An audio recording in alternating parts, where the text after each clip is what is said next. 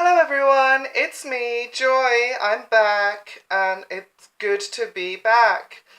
Now, I want to jump straight in with a topic that's quite in-depth. It is the problems surrounding gender neutrality in foreign languages, i.e. not English. English, as most of us know, have its own set of issues, but other languages find it difficult or impossible to achieve true gender equality and neutrality based on their grammatical rules. So the first most obvious barrier is grammatical gender. Now this is just a fancy way of saying a noun class system, which is often seen categorized by biological sex. The word gender in this context evolved from the Latin genus through the French genre, meaning type or classification. Nouns in a sentence have an effect on other surrounding supporting words depending on their gender.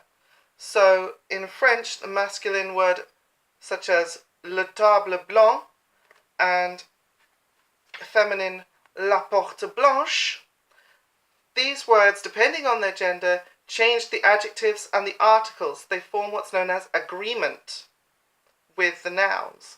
Now, to an English native, these classifications may seem arbitrary because modern English doesn't have this feature. Why is a table male and a door female? They aren't. It's just a classification system that could quite easily just be called classification A and B. Many European languages use grammatical gender. French, Spanish, Portuguese, etc. use masculine and feminine as a binary gender system. German and Russian, for example, use masculine, feminine, and neutral. And other languages such as Danish and Swedish use common and neutral, where common is masculine and feminine combined over the course of evolving a language, and all of their grammatical features merge together to form one gender. The categories relate to the nouns themselves, sometimes regardless of meaning.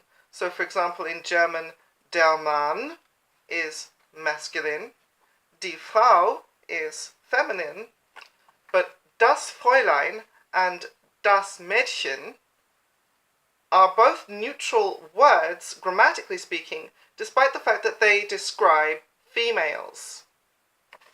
Other languages have gender classes such as animate and inanimate, which demonstrates that it is just a noun class feature and nothing more, at least in theory. Interestingly enough to note, there is an Aboriginal language known as Djerbal, which has 4 noun classes. The first one is for animate objects and things and males.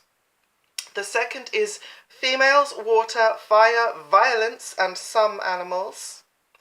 The third is edible fruit and vegetables, and the fourth is miscellaneous other. The problem of trying to be gender neutral and inclusive in language most often comes when addressing people.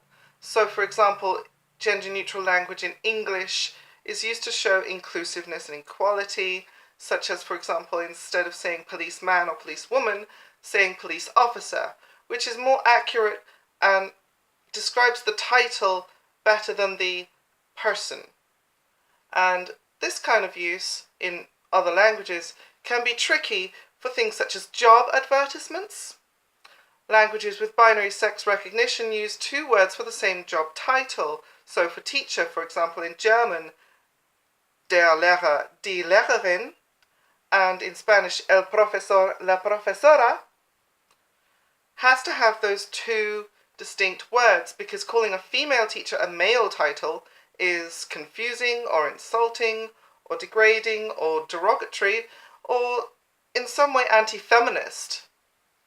So the goal of these languages is to create words with feminine endings, and the difficulty arises in writing because nouns, like I mentioned, affect adjectives, articles, pronouns, and including all of these features in one single passage can be clunky and messy and creates repetition, and it also does not recognize that non-binary folks, like many languages, don't recognize non-binary. So, talking of pronouns, that is obviously an issue that we're more used to in English.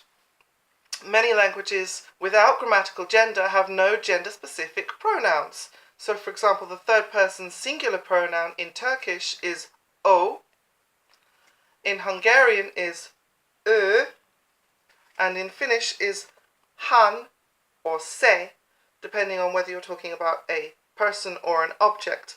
And these pronouns have two plural forms, he and ne.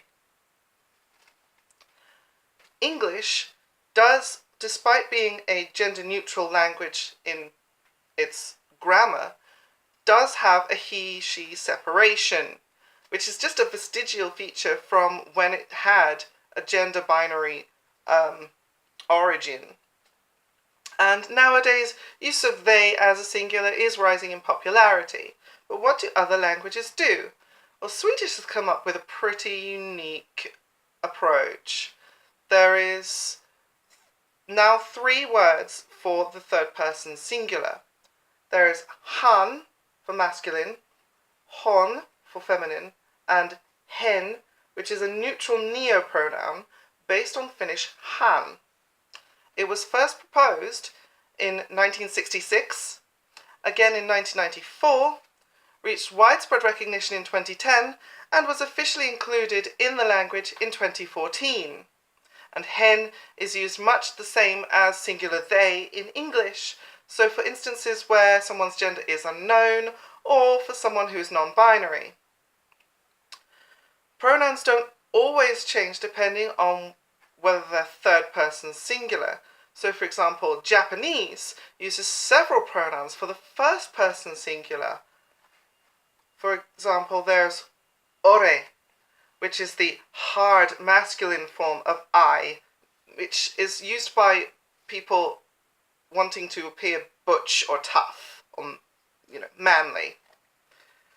There is also watakushi, which is formal use of the pronoun I, used by people in power, such as politicians or CEOs, and it has diminutive forms watashi, which is very feminine, atashi, which is feminine and also cutesy, and washi, which is a slurred form of the word, which is most often used by old men, which is not confusing at all.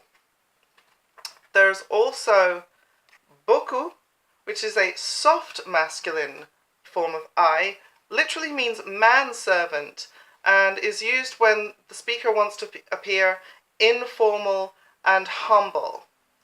There's also uchi, which has no gender distinction, which literally means the inside. And females can tend to use both boku and uchi to be informal, whilst at the same time avoiding the cutesiness and overly feminine connotations of watashi and atashi. Use of these pronouns has proved to be somewhat fluid, and these are just some of the examples that I found. Japanese has many, many more. Certain languages still do have issues with pronouns, however. French, for example, has il and elle in the third person singular, and with an s, il and elle in the third person plural. There is no gender neutral option here. Mixed groups always use the masculine il, as featuristically the masculine takes precedence over the feminine, not just in pronouns but also nouns, which brings me to a new feature in French. It's called l'écriture inclusive, which means the inclusive writing. It's an adoption of a gender-inclusive spelling in words. So, for example, friend, un ami, une amie, friends, des amis, masculine without the e, feminine with the e.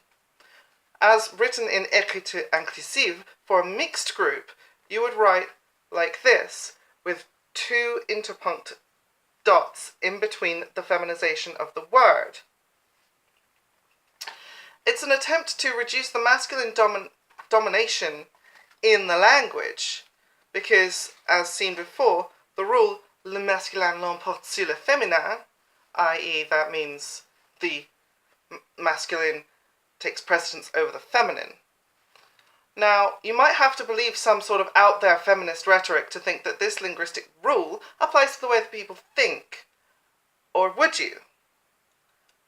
The implication is that subconsciously our thoughts are filtered through the language that we use. As such, linguistic features, such as gender bias, affect our thinking, and this is called linguistic relativity.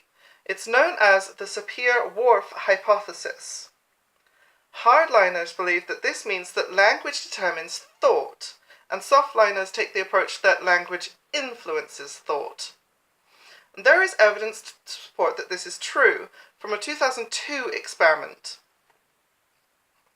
Participants were given a list of 24 objects with opposite genders in German and Spanish, half of them masculine, half of them feminine. Using English, the participants were asked to describe these nouns. So the noun key, for example, in German is masculine der Schlüssel, and in Spanish la llave.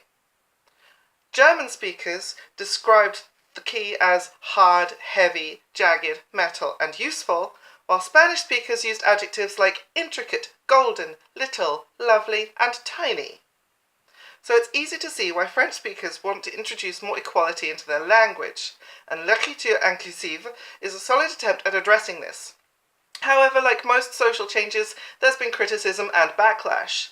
Despite quiet adoption by the State Equality Commission, linguistic purists of Académie Française, which is the 400-year-old regulatory body for French language, disagree with the decision.